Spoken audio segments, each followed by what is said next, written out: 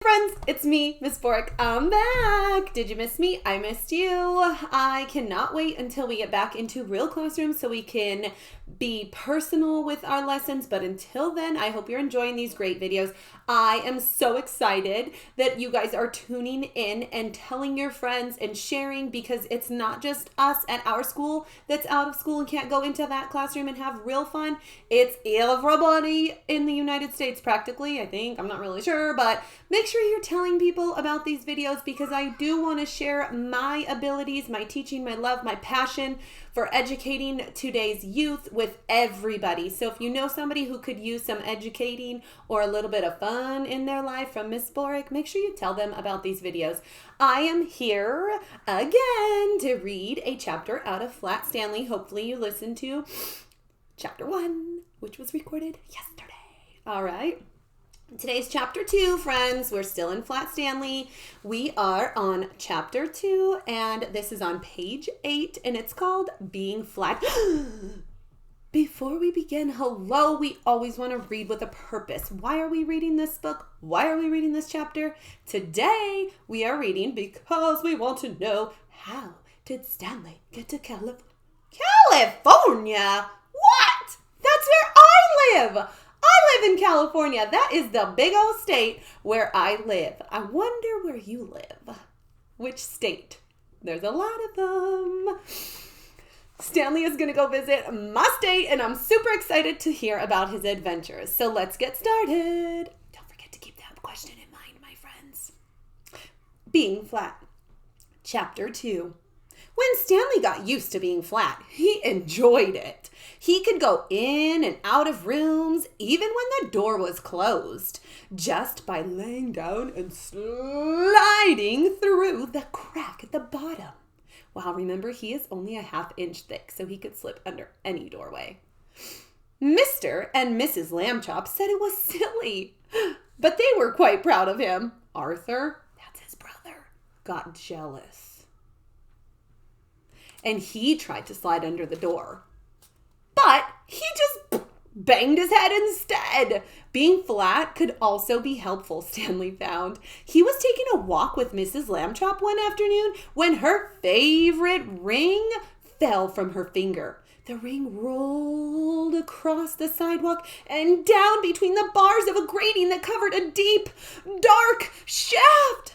Oh, that's a tragedy. Mrs. Lambchop began to cry.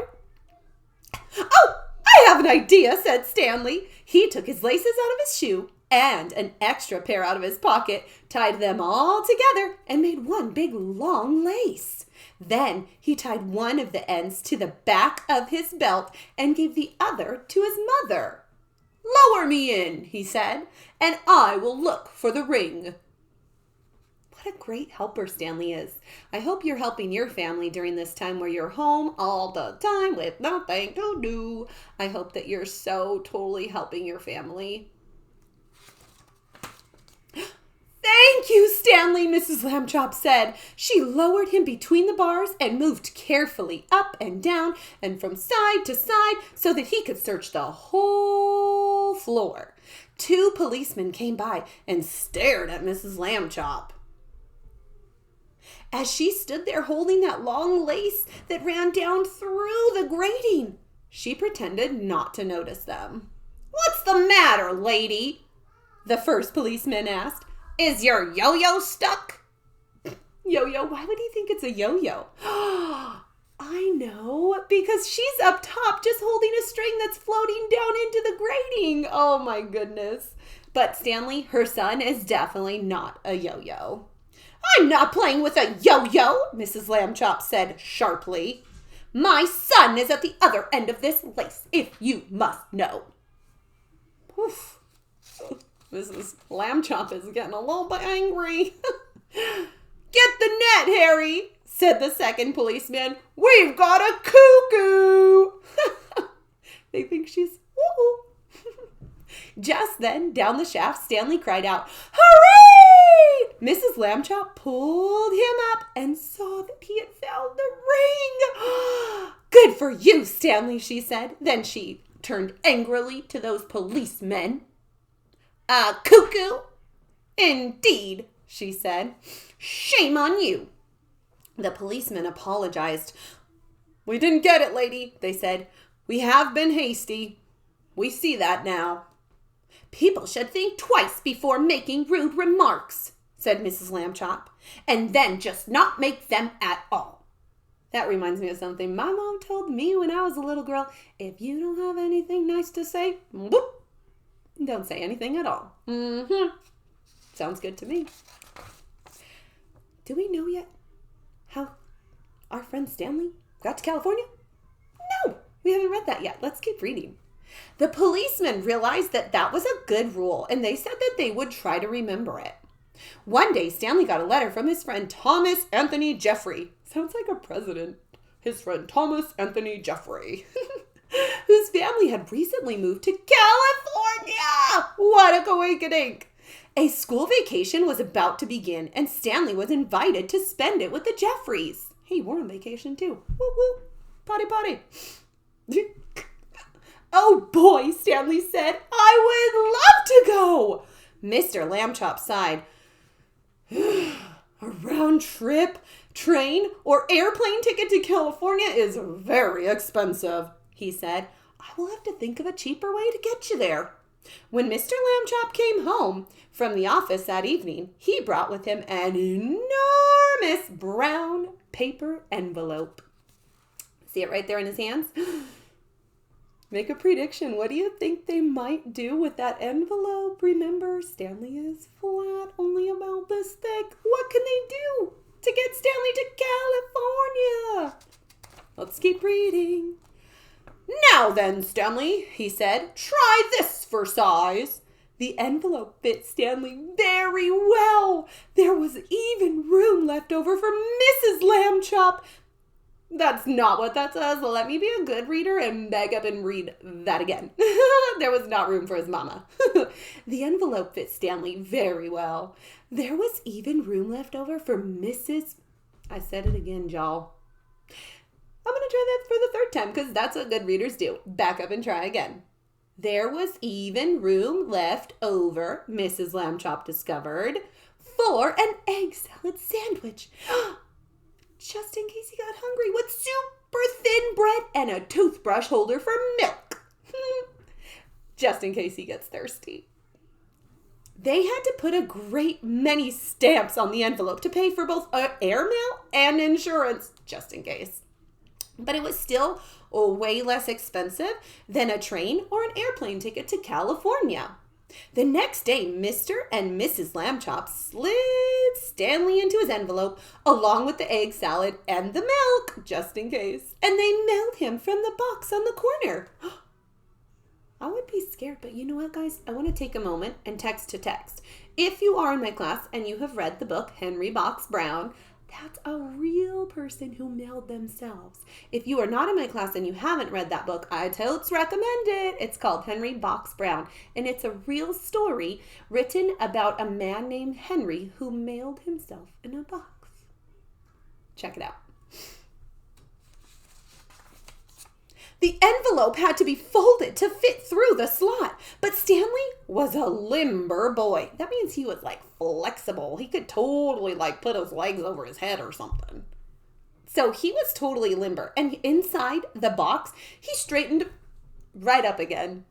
Mrs. Lambchop was nervous because Stanley had never been away from home alone before. She rapped on the box. Can you hear me, my dear? She called. Are you all right? Stanley's voice came quite clear. I'm fine. Can I eat my sandwich now? That reminds me of my kids. Listen to what his mom says. Stanley, wait at least an hour and try not to get overheated, dear, Mrs. Lambchop said. Then she and Mr. Lambchop cried, goodbye, goodbye, and went home. Stanley had a fine time in California. Are you guys thinking about that question? How did Stanley get to California? I think we might know. When the visit was over, the Jeffreys returned him in a beautifully white, Back it up, Miss Borek. When this visit was over, the Jeffreys returned him in a beautiful white envelope they made themselves. It had red and blue markings to show that it was airmail, and Thomas Jeffrey had lettered it valuable and fragile, and this end up on both sides. That sounds just like our friend Henry Box Brown. We're connecting this book to our other book. It's called Text to Text. Back home, Stanley told his family that he had been handled so carefully that he never felt a single bump. That's incredible. Mr. Lambchop said it proved that jet planes were wonderful, and so was the Postal Service. And that was a great age that we live in. Stanley thought so too. All right, my friends, that's the end. We stopped on page 22. Can you believe that? Can you do that mental math? 22 minus page 8. That's where we started. How many pages did we read? Let me know in the comments below if you can do that mental math. You are awesome. My friends, don't forget about this question. How are we going to answer that? How did Stanley get to California? I think that we could probably use a flow map. What do you think? Get it going with the flow map. Flow map. That means we're going to sequence, guys. I want you to work on this on your own.